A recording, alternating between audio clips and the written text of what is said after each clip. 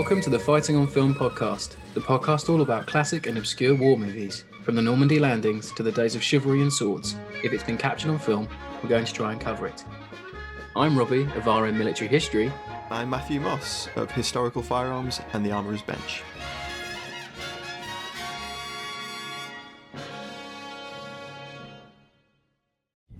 Hello, it's very windy as you can hear, but we are still at the We Have Ways of Making You Talk Festival 2022, and I think we're the last here. I think we're nearly the last here. It's clearing out pretty rapidly, but we, every year, well, I hope it becomes a yearly thing. It seems to be becoming one.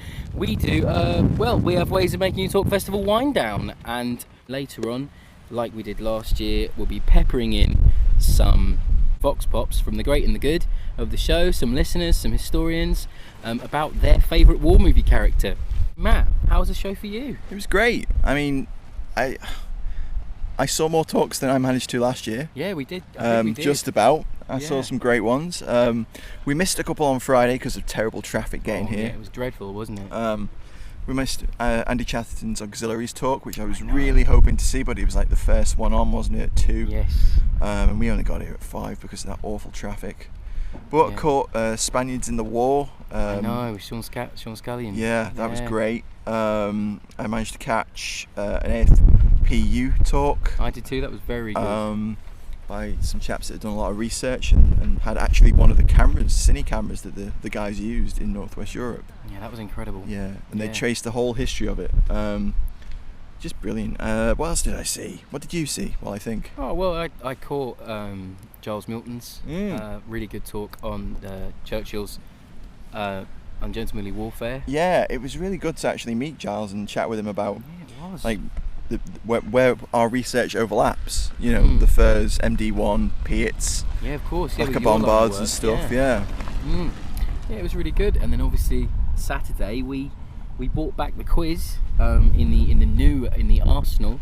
In the glass house. The glass house, as it became known. Oh, it was blisteringly hot in there at times. Absolutely boiling. We want to thank everyone who came and played. There was 70 of unique players, or whatever that means, according to teams and individuals. Technology.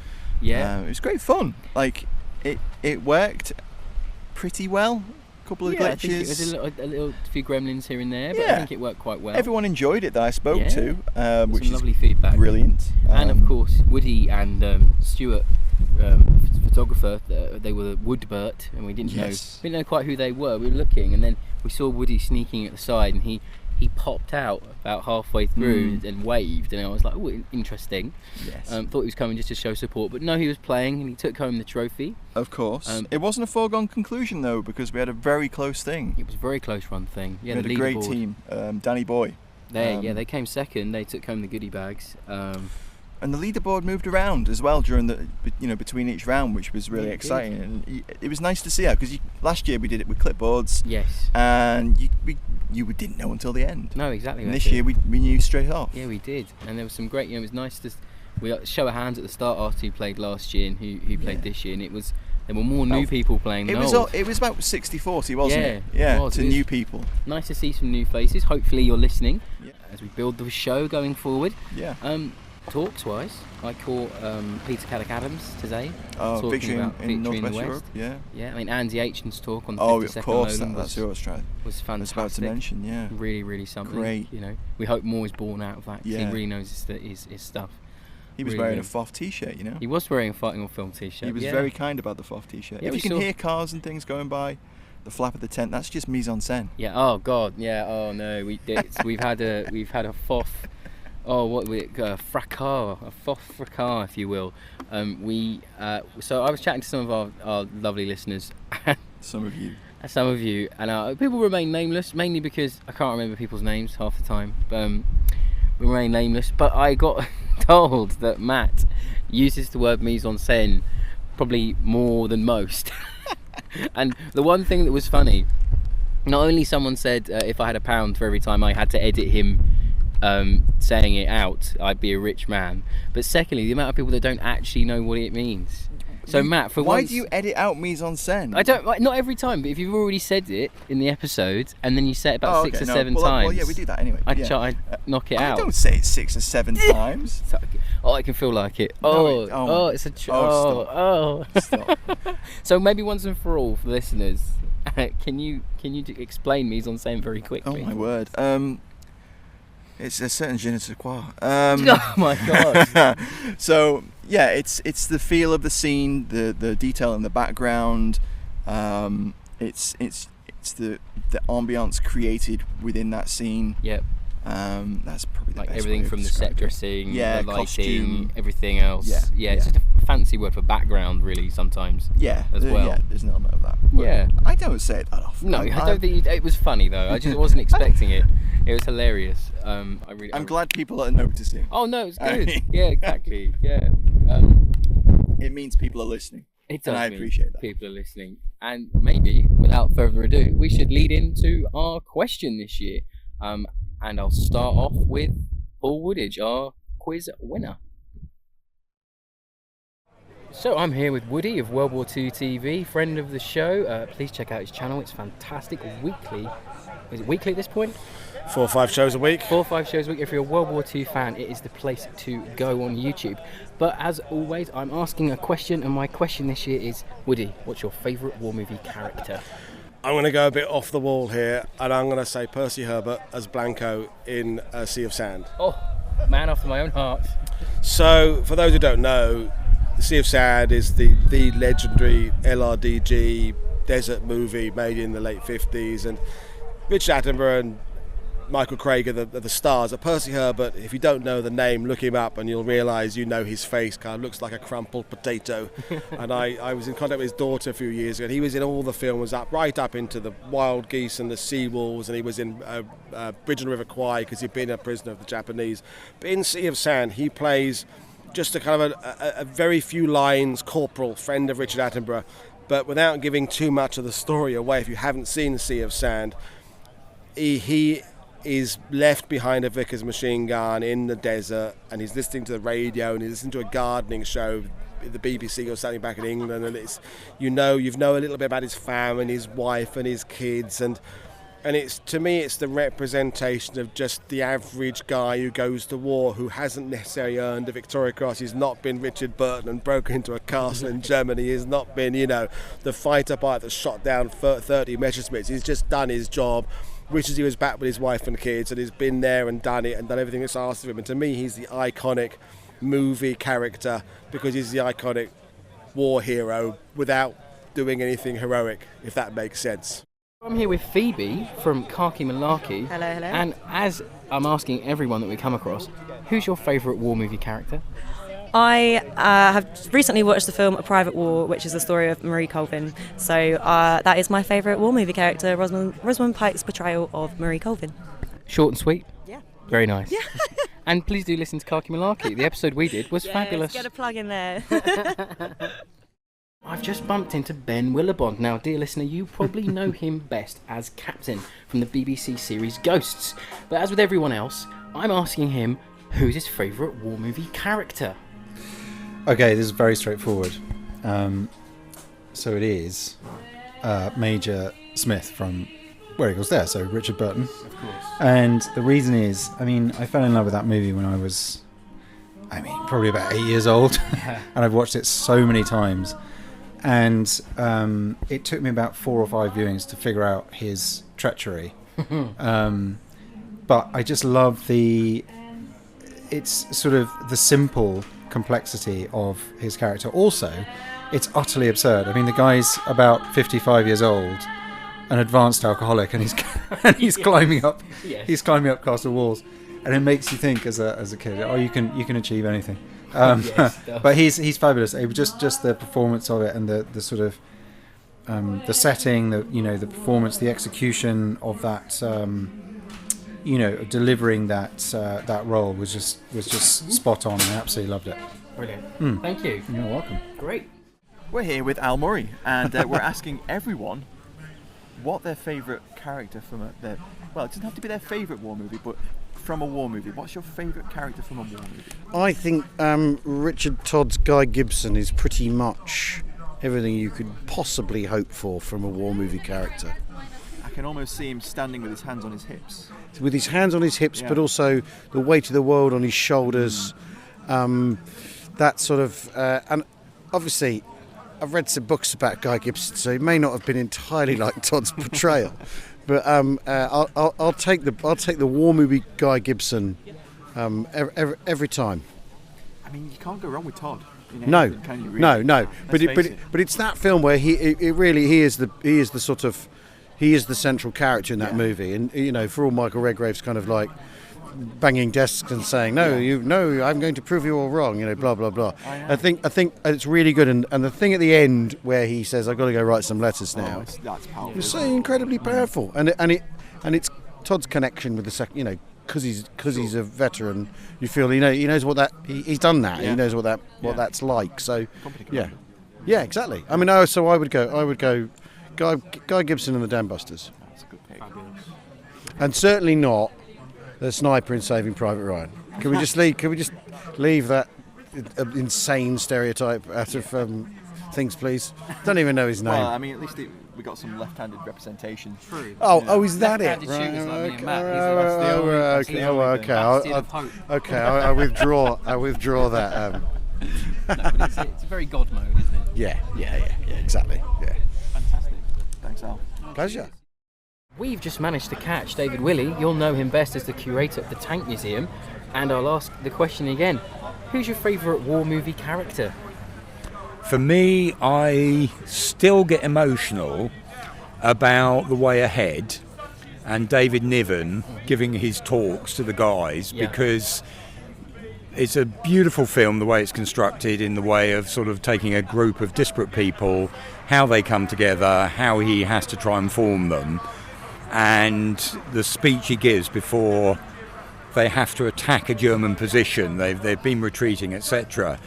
And I guess for me, it's just maybe I'm wrong even saying the David Niven character. I just love David Niven. I think it's just a wonderful story. The fact he came back from Hollywood, fought, did his bit with Phantom, etc. And his memoirs are so beautifully witty. Yeah, exactly. Yeah. And he's all the way he lived his life and the entertainment he gave people. So that's one thing. But I think for the film, it's just perfect for the moment, for the time, and that emotive moment where they all stand up and disappear, going forward again, back attacking the Germans. They've been kind of on the retreat, disappear into the smoke, and that's the end of the movie. But it's that, as it says, the way ahead. So for me, whether it's his character, whether it's a whole ensemble cast, they made an earlier version of it. Peter used to, exactly, So I think for me, it's just that idea of the moment in time. British filmmaking in the 40s, in the war years, was second to none. It rose to the occasion. It comes out with these characters, and again, we're here at this festival, and one of the points that comes across there, why do we love that period? There were certainties. Yes. There's a comfort in knowing they were the bad guys, we're the good guys. I've just been talking to someone else, but the resonance with the Ukrainian situation today. Mm-hmm. We know there's bad guys, there's good guys. I think so many things the Ukrainians are saying at the moment, you just rub out the date, and that was Britain in May 1940. Mm-hmm. So that's, I think there are resonances there, and it's also, why do we love this period? Because we look back with that idea, we knew what we were about, we knew where the bad guys were, we knew if we stepped down, just as the Ukrainians there. So that's why I think that film sums it up beautifully, which is we're going to have to go through this all very well alone, and the way that Niven and his characters, this wonderful ensemble cast that he has there that does that, we're going to have to face up to the business, and that means going that way, whether he take casualties or not. And that to me is, the bit of great British filmmaking. So I'm here with James Holland, and I'm asking him what his favourite war movie character is. Yes, Private Wit from The Thin Red Line, which is not something that we covered in Gurglebox last night, but that's one of my favourite war movies. I think it's just a completely, utterly brilliant film. And Wit, who is played by Jim Gazelle, is this kind of sort of slight dreamer. He's this kind of sort of slightly earthy guy. He's a bit of a rebel. He's a citizen who's been drafted and finds himself in these circumstances and doesn't play by the rules, but is a fundamentally incredibly courageous guy. And he's just a brilliantly depicted character, and his ponderings on the meaning of life and war and what he's doing is I think he's just incredibly thought-provoking. So he's probably my favourite character. Trouble is, all these other characters. I mean, there's some great ones. Jack Hawkins, the captain of the ship in The Cruel Sea, is another. Yeah. It's just brilliant as well. There's so many great characters. But yeah, I'm sticking with Wit. Good choice. I'm here at We Have Waze Fest with Alina from History Hack. Who's your favourite war movie character? My favourite war movie character is from The Pianist, and that's Władysław Szpilman. He is an absolutely phenomenal character, and what I love about this film is that he actually plays in this film. His music is there, he survives so much, and Polanski actually shows so many different aspects of his life. So, for example, a slightly bit of pre-war to interwar, to being in the ghetto, to surviving the ghetto, to even being in Warsaw after the Warsaw Uprising, and it's absolutely incredible. And I just love this man, and also he's a phenomenal pianist. So if anyone really truly wants to feel Szpilman, go onto YouTube, go onto Spotify, and you can actually hear him play. It's incredible. Wow. Thanks, Alina. Thank you. I'm here with Benhard of Military History Visualised, and we're asking everyone what your favourite, or who your favourite war movie character is. So, Benhard. So I wouldn't say favorite, it's more most memorable for me, or I like the touching element. And this is in Hunt for Red October. I think he was the first officer of the Red October. Yeah. He says something, he want to settle down, I think, in Montana and have a farm and a wife and something. And then he sadly gets killed in the end of the movie. But I found it very touching as he says, yeah, I want to go to Montana and have a farm and everything and travel. I think he mentions also at the van where he travels from state to state and look at it, and I found it really touching how he describes it and everything, and the glow in his eyes, and this scene always stuck with me. We're here with Paul from the Dunkirk 1940 Museum, and we're asking everyone who is their favourite war movie character. That was a tricky one when you asked me. I know, I've given you at least an hour to think about it. I know. I've narrowed it down to 3. Good. I would go certainly with Robert Shaw from the Battle of the Bulge. Yeah. The character is absolutely obnoxious that he plays, and he plays it so badly, it's so wooden in the way it's acted. It's a waste of him. Yeah, it is, absolutely. I mean, however, that man does rock a roll neck jumper. That's very true. Yeah. What's number 2? Probably the second lieutenant, the first mate rather, on the U-boat in Das Boot. Ooh. Fantastic character, playful, devious, everything that you could look for within that character, and yet still retains authority. Yeah. And number 3? You're the only person that's had 3. Yeah. It's a good job, I like it. Yeah.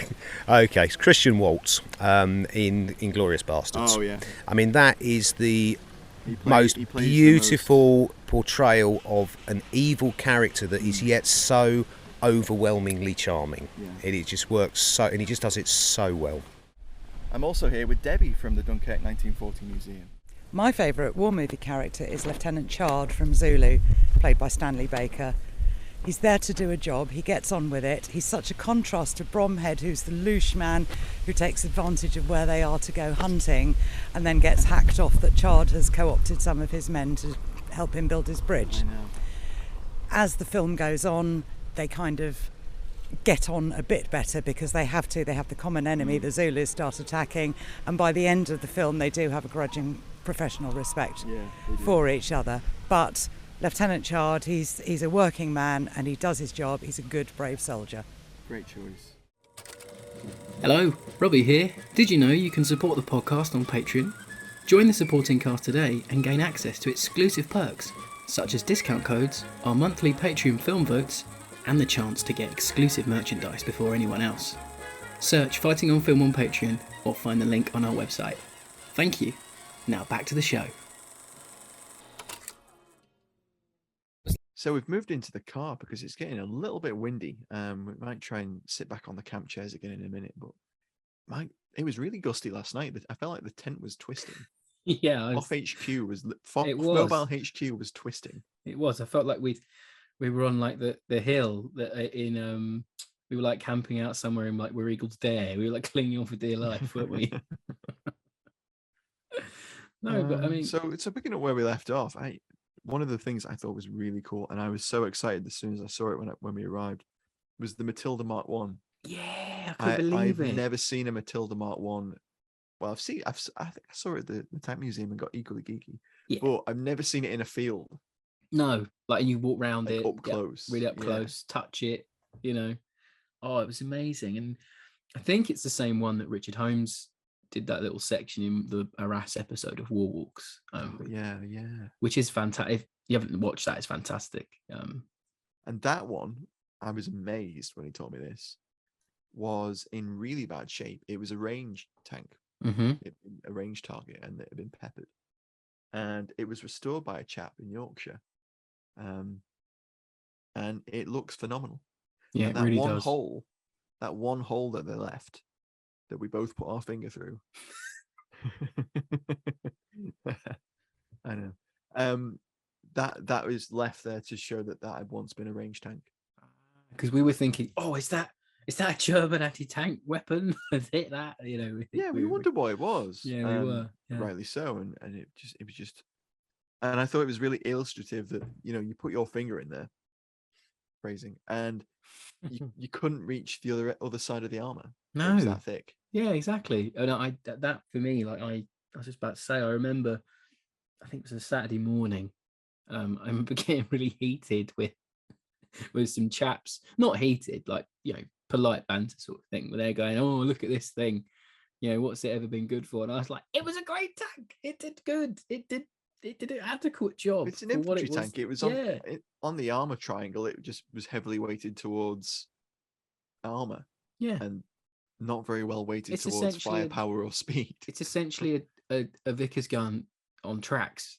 Yeah, mobile pillbox. Yeah, exactly. And it, you know, you read some of the stuff about Arras, watch that documentary, it'll change your mind on those machines. They perform quite adequately when they need to. Moving on, before we get into an entire debate about the operational effectiveness of the Matilda I, we should probably move on with our highlights. Anything that jumps to mind for you? Well, I loved being like your sort of your valet or your agent, holding your jacket and bag when you did your video on the pier. It was very funny. Batman, yeah. So I'd never met. I mean, obviously, like, you know, me and Matt are military history, historians, and we're military history YouTubers. So for me to sort of meet a couple of big channel, we met Christoph, of military aviation history, and Benhard of military history visualized. Super nice chaps. They were there doing some talks.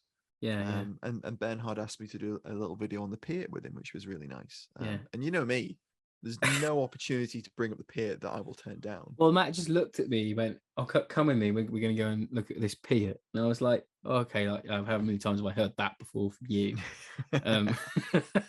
I remember you, because we were in the green room and there was a pier on the bar, and we were getting like waters and drinks handed over this pier, and Matt's just giving me like an impromptu little pier chat, and I'm just like, I know I've heard this many times, but it's his thing. Okay, let him do it. It's fine. You know, Thank you for humoring me.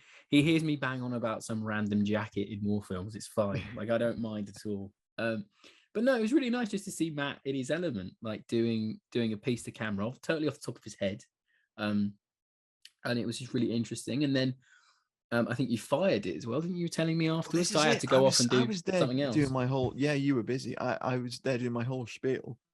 We chatted about it for like 10-15 minutes on camera, and I'd assumed, and this lovely chap that he wants to remain nameless, but the lovely chap who owned it and let us use it as a a presentational aid, let's say, he was there. He was like, "No, it's actually, you can actually cock it and dry fire it," and I was like, "What?" Because all of the others, numerous like collections and stuff that I've handled, if they aren't live, they've all been deactivated by welding, where they've just been welded shut. And amazingly, all of the live ones that I've handled have either been, you can't cock that when you're not allowed, or the armor from the collection's gone. The spring's a bit janky on it. I've only just fixed it. Do you mind not? And I've been like, yeah, of course, whatever, that's fine. So I had never actually like cocked a pier before. Wow. So the chap, so the chap that owned it, let me cock it, and he amazing. I was about to hand it over him to let off the action, and he said, "No, you do it." So I got to Privilege. fire appear. I mean, I never expected to do that weekend, and that was lovely. It's great. I'm glad you did. Like, I'm really looking forward to seeing the outcome of the video, and we'll share it on the socials and things when it does, because we like to support each other when we can. And obviously, if you haven't subscribed to Matt's channel, my channel, or Military History Visualized, make sure you do, because there are some absolute corking vids on there, aren't there? There's some great stuff. Yeah. But yeah, I mean, as well, it was nice seeing a Lloyd carrier up close. Oh yeah, that was really nice. Lloyd, yeah. But what a great little section of reenactors there. I mean, me and Matt, we were walking along, and we were to the Home Guard section, and our alley tally senses were tingling massively. Off the chart. There was a really good replica of a Stem Mark 1, wasn't there? And we were like, is that real? Yeah, we were like, the chat was telling us that it's a really faithfully made replica. Very good, because they're so rare. They're so very rare. Yeah, and you can see how it was interesting for me, because I've only ever held Mark IIs or Mark III stems. I've held Mark V a couple of times, but you can totally see why they refined it. That was nice to see, and they had a lovely selection of just small arms and light weapons. Then they had a boys, some ST grenades that were original. So yeah, I mean, I just want to mention the Lee Grant there. I mean, wow, like it took some damage. It wasn't it was a rusted, not a wreck, but it was like a very rusty X-range tank. I tweeted out on the FOF Twitter, I was like, somewhere Humphrey Bogart's crying, the Lulu Bell, so many holes in it. Which we must get round. It was a real conversation starter, wasn't it? Everyone was trying to decide what had actually done that damage, and Matt was sticking his hands in holes and like trying to work out whether it was 3.5 inch or 2.6 millimeter or whatever. His little mind palace of calibers was going crazy. You know? It's like Rain Man, but for anti-tank rounds. It was incredible. Everyone around him was like, Matt, tell us what you think's been hit. What's been hit by? I think it'd been hit by everything. Yeah, I think it had been. Whereas me going, oh look, you can see right through. It was brilliant. And they're so big, like compared to Sherman. That's what struck us, wasn't it? That they're so tall, like 10 feet tall. I know, and so flat-sided too. Exactly. So much of it presents a beautiful target for an anti-tank gunner. No wonder they were used as range tanks. They're just so big. I just remembered another great talk, because I was trying to think of more that I'd seen, because I've seen so much and it's kind of like overload. It's like a blur, isn't it?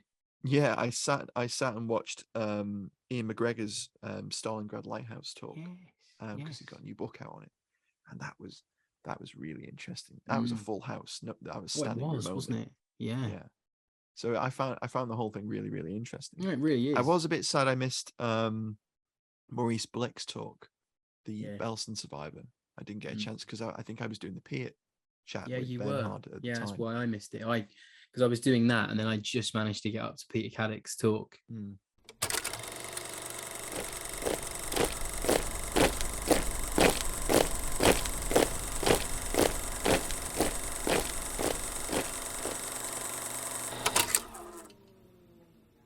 was lovely to see everyone, wasn't it, Matt? It was, and it was nice to meet lots of people that we met last year, and we've met at other events as well. So the thing I like the most about the show is it's one minute you're talking to someone who listens, talking to one of our listeners or a friend, and the next minute you turn the corner and there's James Holland, and you can just go up and you can just chat. There's no division, there's nothing. It's just really nice to be able just to talk history to like-minded people. Absolutely, yeah. From any level, whether it be, a multi-award-winning author, historian, to just your best friend. Yeah. Isn't it great?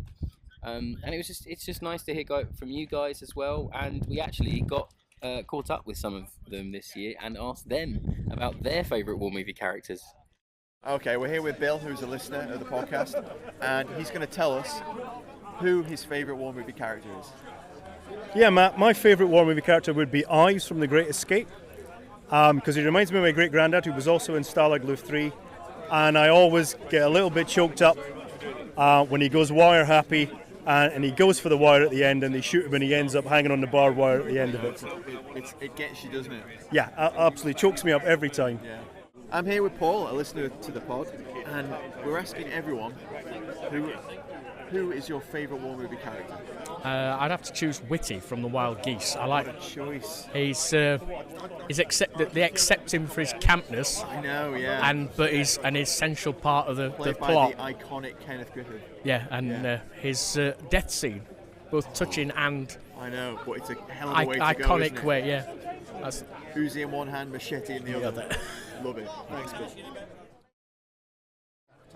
I'm here with Luggy, and he's going to tell us who his favourite war movie character is. So Sean Connery's Roy Urquhart in Bridge Too Far, absolutely brilliant because of his determination and his actual way he had to go back to the Allied lines after being. His frustration of being stuck in that loft. Absolutely, you know, and also the when he had to go back and say, did everybody do everything they could to save us? I thought it was amazing. I'm here with Greg at We Have Waze Fest, and he's going to tell us who his favourite war movie character is. It's not a movie, it's a series, it's Band of Brothers, and it's got to be Spears. Did he or didn't he kill the prisoners? Who knows? Probably. It's better to be thought to be a bit of a bastard than not be a bastard. The way he took over at attacking Foy, I'm taking charge, gave the orders, took control. What more do you want? And then went on to govern Spandau Prison. Just a bit of a bastard, really, and that's what you need in life. Especially in some situations like they faced. Yeah, exactly. Probably you wouldn't want him dating your daughter. Perhaps not. No. Especially given his age now, surely. but yeah, just a proper, good old-fashioned arsehole is what you need in charge.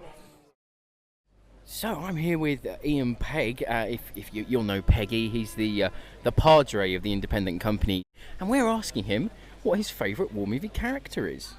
Hi, my favourite war movie character is Wing Commander Grant from 633 Squadron, played by Cliff Robertson. Yeah. And he is a really interesting character that he doesn't believe in relationships, and the film is about him then developing a relationship. But there's one classic line where it says that two got married and two got died.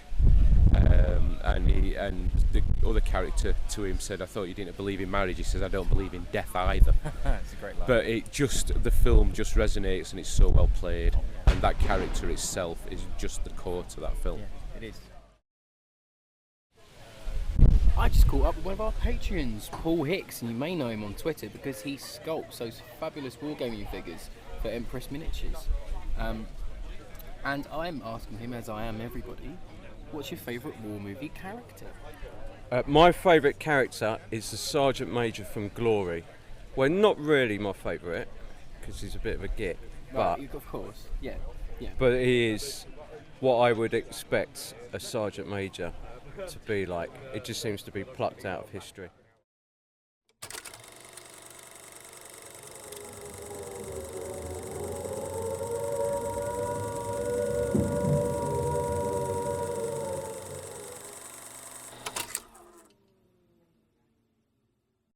And there we have it. If you have listened to the end through all of those war movie characters, maybe to end the show, Matt, what's your favourite war movie character? Oh my God, that's not fair. We've asked everyone else that. I haven't had a chance to think about it. There's a few people I was going to ask but didn't get a chance as well, so apologies to them. I think for me, favourite war movie character, it probably changed every day, like my favourite war movie does, almost. True, it feels like it these days. It's like that. £25 to go by. Yes. I think for me, having seen it recently, I think I'm going to go with Michael Caine's depiction of Joe Vandeleur. Oh, good. In A Bridge Too Far. Yeah, that was great. What about you? For me, I think, as you know, cop out again, but it changes every week, but it really does. Or Hopkins as Frost. Hopkins as Frost, yeah. I mean, I think Commander Erickson from The Cruel Sea takes him beating. Jack Hawkins. Hawkins' portrayal of that character is just timeless. It's stoic. It's defiant. It's nuanced as well. It's nuanced and defiant, and he has a lot. There's a lot going on inside that brain. You can really tell. But I also like. He's not playing a character. He's playing himself. But I do really like Lonsdale's portrayal of himself in theirs is the glory. Yeah. Just you re-giving a speech that you already gave in the same place to the same men. It's special. It's very, very special. As always, thanks for listening. You can visit www.fightingonfilm.com. You can find our entire back catalogue. Maybe after this weekend you're a new listener and you might have a FOF binge. We'll catch you next week, everyone, where we are talking about Merrill's Marauders. Yeah, to Gavin Mortimer. Gavin Mortimer of the Phony Major fame. Going to be brilliant. It's going to be really, really good. See you now. Thanks for listening. Bye. Bye-bye.